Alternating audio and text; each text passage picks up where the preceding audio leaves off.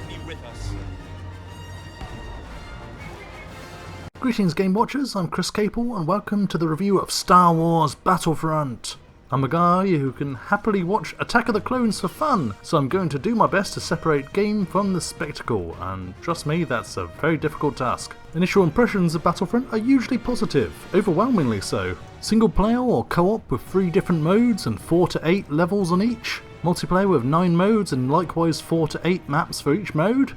3 hero units for each side and 2 modes based just around them. A starship dogfighting mode with Boba Fett's Slave 1 and the Millennium Falcon, and that's before we even mention the graphics. Getting them out of the way right now, Star Wars Battlefront is one of the best looking games around. The Frostbite 3 engine is gorgeous enough, but DICE have really done their homework when it comes to Star Wars. Everything looks and feels just right, from the swoop of a TIE fighter overhead to the thrum of Darth Vader's lightsaber to the absolutely perfect texturing on Stormtrooper armour. If you're as big a Star Wars geek as I am, you'll regularly yelp in joy. Even beyond the license, Battlefront is lovely, with lush foliage, wind whipping up snow and some terrific explosions. The game itself though will be absolutely love it or hate it, and that comes down to the decision to make Battlefront as inclusive and straightforward as possible. And fun, I'll add, but how long term that fun will be is in doubt. Anyone with a love of Star Wars and the simplest grasp of shooters can come in and have a blast. No complicated loadouts, just one laser weapon and 3 power cards, vehicles, special weapons and hero units, all little tokens that have to be found and used like an item. It's all very gamey and simplistic, but for many people that'll be rather refreshing. The lack of complication and the fun first ethic DICE has gone for means that I'm far more likely to boot up Battlefront than Battlefield these days. It's a bunch of mindless fun with a modicum of force and depth, and that's just fine really. However, anyone looking for something that you can really dig deep into, such as weapon upgrades and the like, is out of luck.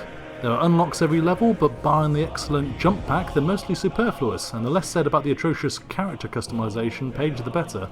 Moreover, it's really disappointing how anti-team play Battlefront is, banning any in-game voice chat, so concurrently making the game nicer for people to experience, but utterly lacking in coordination or planning. Then again, I can't deride DICE too much for placing a gag on the main thing that stopped me enjoying online multiplayer for the last 5 years either. This comes down to your opinion, Game Watchers. The 9 multiplayer modes are a mixed bag for sure. There are several old classics among them, Team Deathmatch as Blast, Capture the Flag as Cargo, and a few variations on Domination, with Supremacy being the most direct, and Droid Run the same but with moving control points. These are as fun as you'd expect, although Droid Run feels pretty superfluous. Drop Zone is similar, but with a single pod at a time that must be defended and opened to gain access to power-ups, which can be hugely frustrating, but at least a bit quick and tactical. Starfighter-only Fighter Squadron is a bit more throwaway and incomprehensible than I would have hoped. I played it 3 times and then never touched it again, well that's mostly thanks to the silly Starfighter controls. Why couldn't you just gone for Rogue Leader style DICE? Hero Hunt is the classic asynchronous, one player is overpowered and can score, other players need to kill them, become them mode, except with Star Wars heroes. I really enjoy this one, except very often you'll either do all the work and someone else gets all the credit, or find yourself playing a whole match and never getting a go as the hero. That won't happen though in my personal favourite mode, Heroes vs Villains, which is 6v6, where 3 players are normal soldiers and the other 3 are heroes. The round ends when all the heroes on a side are defeated, and it's a best of 6 rounds, so everyone gets 3 goes as a hero. Awesome fun for a quick blast. Then we have the highlight of Battlefront, the epic Walker Assault. 4 maps over 4 planets, 20v20, switching locations over 3 parts of the map, with 1 to 2 AT-AT walkers traipsing slowly over the map to a destination. Each time the focus is 2 uplink stations for the rebels to activate, then defend, or the Imperials to deactivate and defend.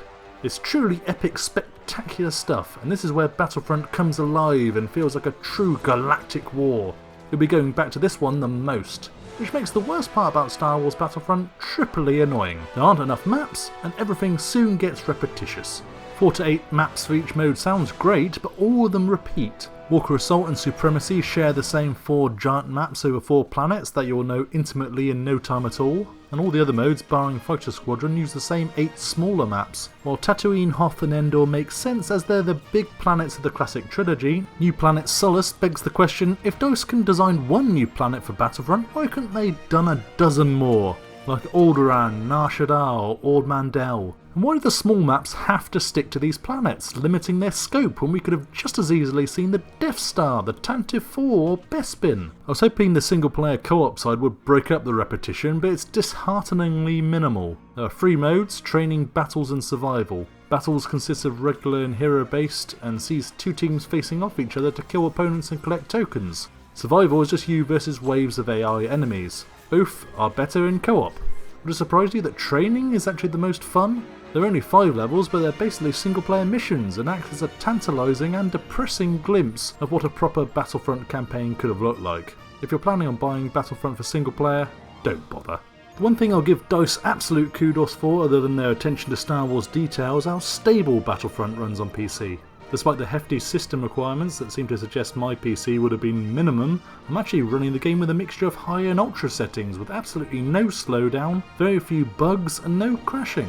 Online, while I'm disappointed with the lack of server lists and the terrible matchmaking, I've only had 1 disconnect my entire time playing and I haven't had any visible lag at all. The only PC specific criticism I can mount is that the vehicle controls are absolute garbage using mouse and keyboard, although even with a gamepad they're still hardly intuitive. While Star Wars Battlefront is by no means a triumph, it's not a disaster either. It nails the Star Wars atmosphere perfectly, with an incredible sense of spectacle and some of the most awe-inspiring moments in multiplayer gaming. That said, it's all pretty skin deep, with none of the depth that turns fun multiplayer into an all-time classic. It's still fun, loads of it in fact, but only in short bursts, and map repetition will sink in quickly. Battlefront is not a game that we played in great numbers a year from now, and EA's decision to charge $60 for it on PC, with another $50 for the rather necessary Season Pass, will leave many gamers feeling shortchanged, especially with the almost non-existent single player. Nevertheless, it can't be denied that Battlefront is quite simply a fun multiplayer game that utilises the licence very well. That's why I give Star Wars Battlefront a good score of 7.5. Thanks for watching, Game Watchers, and may the Schwartz be with you.